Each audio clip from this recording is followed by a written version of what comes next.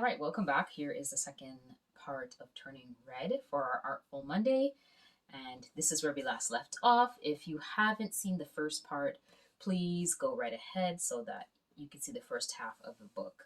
But so far, so good. I really am enjoying this not unboxing, but you know what I mean. Just a reveal of the pictures. Obviously, later on, I will take a look at the forward and everything that they speak about. But for now, we're just kind of taking a walk through of the pictures. But yeah, I like this, the study, work, and listen. Um, those were the posters that were up in May's bed in the movie. And here she is studying very diligently. Oh my goodness. Is this what I think it is? Wow, oh my gosh. So in the movie, May has her own little book, and I'm guessing, oh, and this is the guy at the convenience store. I'm guessing it's the same kind of droopy look, kind of sleepy. I wonder if it's the same person. I think it is. Oh, so this is actually this is so cute. This is actually showing like a preview of what we would have seen in Maylin's book, especially when she first drew her the guy at the convenience store. I forgot his name. Is it Devin or Jason? I can't remember, but either way. So here it is. Oh, that is so. And this is when she started drawing, and then she imagined that he was winking at her. And it's interesting. She has like this almost like this fantasy kind of version of him. Like when she sees him in the convenience store, she's like, "Ugh, why are you guys into him?" But then in her mind, she makes this kind of like romanticized version of him, which I think a lot of us have done at one point in our life. Like that person that we're fond of or have a crush on, we'll kind of make in our minds make them a lot more, in a more fantasy than what it is. And the fact the way that the drawing is reminds me so much of middle school. It reminds me of I used to draw a lot, and I wouldn't really draw my crushes per se, but this is kind of like the way I would draw the way the hands are done and the face. Nostalgia. Oh gosh. Oh, and the drama, of course, heartbreaking, the sadness. That this, this is too cute. The fact that they actually put this in the Art of Turning Red, I just love that. I love that part. Usually they wouldn't really do that in a lot of art books that I've watched. I've read. That I have. They wouldn't really have like a miniature booklet of something that the character did. So this was very nice. And Mathitude, that's cute. I'd actually want these as stickers. So this is when I felt so bad for May. This was so traumatic. Like I don't know how any of you feel, but this was definitely.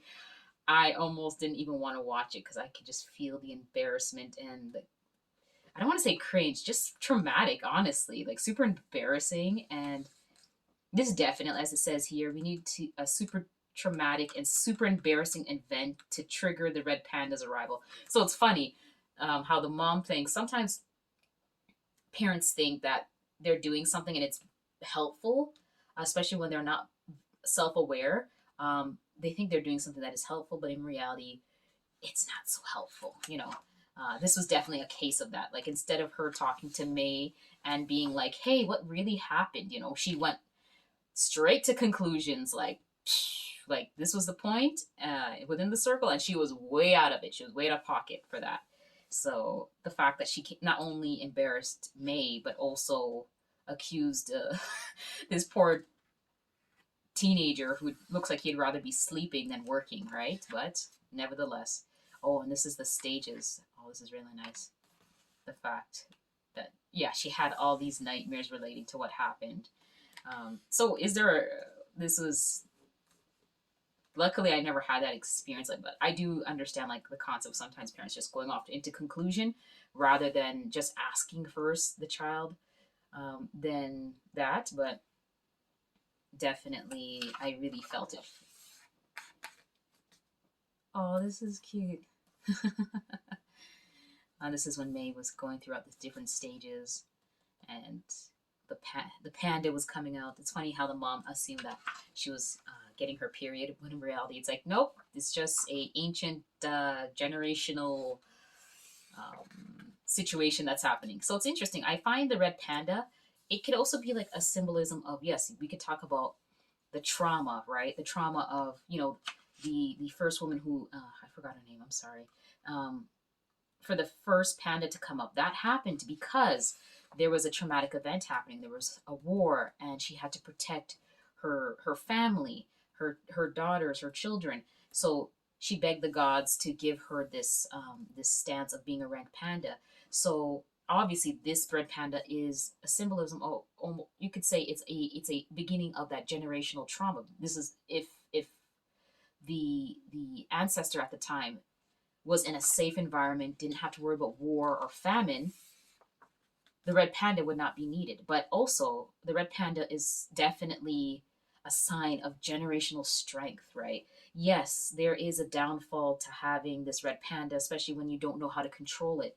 But at the end of the day, it also shows a lot of strength. And you can see May, as much as this red panda has caused her a lot of trouble, but once she was able to acknowledge it, and not really, for me, it's not necessarily about being in total and utter control, but it means that she was able to acknowledge, this was a part of her past, and she's learning to embrace it. So she found a way to embrace it in her own way. And this is, oh, geez. The fact, this guy, it's funny. It's like, I couldn't, like, definitely reminds me of a student or two that I've had. The student of so easy to pick on others and to pick up people's flaws, but in reality, there's definitely a lot more going on underneath the surface. There's many reasons that he could be potentially like this. It could be maybe something that's happening at home. Maybe his own identity is in a constant cross because he is biracial. So sometimes, a lot of the times, there is that trial of identity, right? And maybe there is that tug and push, right? So sometimes, if you're not sure of yourself, unlike May, who was very confident of herself and didn't care about the labels people put on her, I'm pretty sure for Tyler, it was totally a different story for him. So what better way to make yourself seem confident when you're not is by pointing out other people's flaws and situations, right? Okay, so this is when she fully went out into a red panda again, and everybody saw it. So this was also like another way of, like, this, you could even say turning red is also an excellent way of talking about coping mechanisms, right? So children don't really have that coping mechanism just as yet, and it's so important for parents and adults within their life to build that coping mechanism, right? But if the parents themselves don't have a coping mechanism, so in this case, if they did not know how to deal with the red panda, of course they did the ceremony that puts the red panda in a corner. But May was able to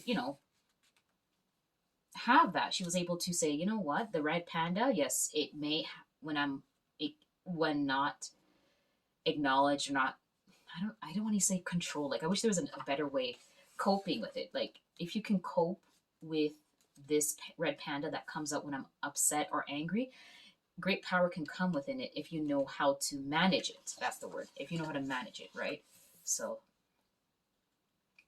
it's interesting how the father barely had any say, and then once he did say something, he was very informative, right? He was very interested with his daughter, but also it goes to show how much he cared um, about his wife, right? He didn't care that she turned into a red panda, and the fact that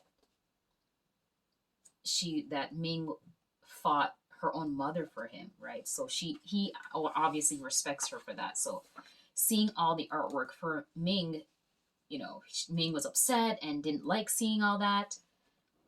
But for the father, it reminded him about his wife, how his wife was willing to stick up for herself.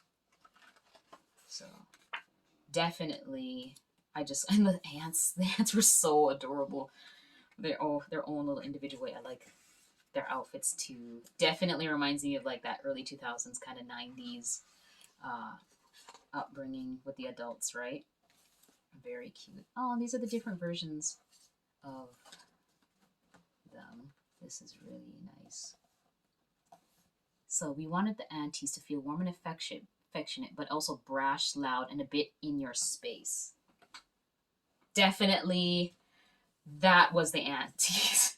Definitely felt that. You could tell they were definitely passionate and loving, but they also didn't play neither. They were loud. They didn't care what you thought. They just did what they wanted to do. So it's also pretty cool to see that, right? Because usually the stereotype, especially with Asian women, is like, oh, you have to be submissive and speak quietly and not say anything. But these aunties, they didn't care. They're saying what they want, how they want, right? So that was also great to see. And it reminds me of a lot of people that I know. Because, like I said, usually one of the stereotypes is like that submissiveness or quietness. But don't mistake quietness for take advantage of. Don't mistake quietness for, oh, they're not smart or they're not willing to speak up for themselves. No.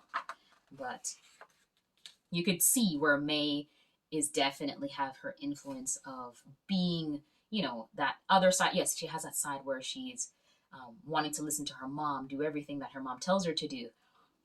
But also she has this side that where she's kind of loud and quirky. So that was great. I really love this. I think this was one of my favorite scenes in the movie, just having them all sit there and just enjoy themselves.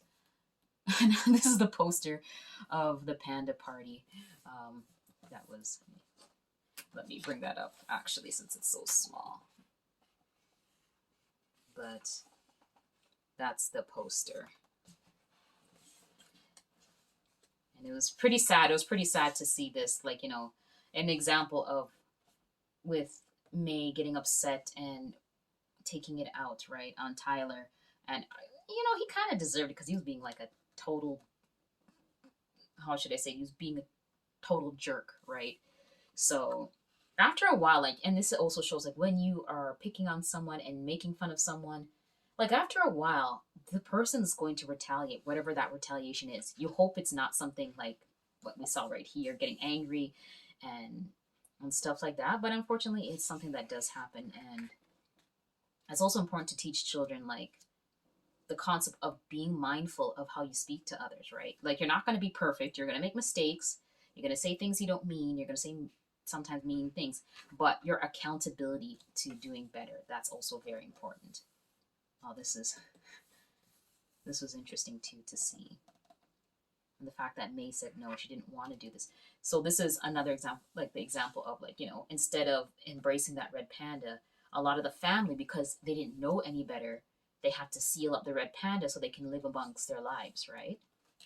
So the moon ritual is made of our ceremony inspired by anime and Taoist practices. To make it look unique of our own, we incorporated the red panda motifs to every object used in the ritual. It is also a feature of Mr. Gao, the quirky next door neighbor who moonlights as a shaman. And one thing I really liked about Mr. I hope I pronounced it. Is it Gao, or I'll say Mr. G? He mentions that it doesn't matter what you sing, right? The point is, are you able to sing passionately? So at the end of the movie, where they're all singing to get this ceremony ritual working, it just really goes to show how words are powerful, but the way you say them, the way you feel them, the way you express them is so it can really make a bigger impact, right? So that was really cool to see. And this Sky Dome. So for those who don't know, Sky Dome is actually currently called Rogers Center, the Rogers Center. So back in the 90s, kind of early 2000s, this Rogers Center was known as Sky Dome. So I remember going there as a kid in elementary to see the Blue Jays for class. And then we were able to see the mayor's office. So at the time when I was in elementary, it was, what was his name? He currently owns, I think, a franchise from Bad Boys. But we went to his office, and I'll never forget this. At his office, I can't remember his name. Oh my goodness! If someone knows, leave a comment below if you know that mayor of the time. So he, in his office, he had this really unique telephone, and it was an analog kind of telephone. The old school one. I'll put a picture up, and the unique thing about this phone was that once you take the receiver off, it would almost be like an elevator or like a contraption, and it would extend. all the way so tall. But yeah, that was definitely something I never forgot. And this is so, so I didn't realize. So for those who watched it, so when May is reaching up to Robert, I didn't realize that she was actually stepping on Tyler's face. That was actually pretty funny. But honestly, for town, like if they do merchandise and like a more extended vinyl, like more than just 3 songs and what Disney's doing, I would totally buy it. Like I hope they really do more with Four Town because they were amazing. Like they really that nostalgia hit hard for me, definitely. I really like this to see Ming's panda form, especially seeing it so large. That was really something. Um, I mean, I think for me the reason why her panda was so huge, I think because of that pressure that she felt. You know, the pressure of being a daughter, of the pressure of all these things. So I think. Well, it's interesting because the other aunties, their pandas are not as big. So, what do you think? Why do you think Ming's panda is so huge? Just leave a comment below. So, oh, I like this. I mean, this would definitely be like a scarier version if they kept the pandas like this. I would have loved this, but this would have been like an awesome, really awesome version of the red pandas. But it's also nice that they had the original form, which is really cutesy and stuff like that. Even if you think about it, Ming's red panda was still pretty cute, regardless. Okay, so here, this is definitely something because in the movie, um, May is not this huge, right? And one thing I liked about May, and this goes to show how much generational strength that she has, right? She's able to form in and out of the red panda, whereas the Ming, for example, has a lot of difficulty managing her panda. Like once the panda's out, like she's destroying everything. Whereas May, yes, she made some mistakes, but she was able to learn and how to go in and out of of of her panda, right? So this is when they were duking it out. If May was that huge, that actually would have been awesome if they did a part where her red panda would increase and decrease in size. I think that would have been very awesome.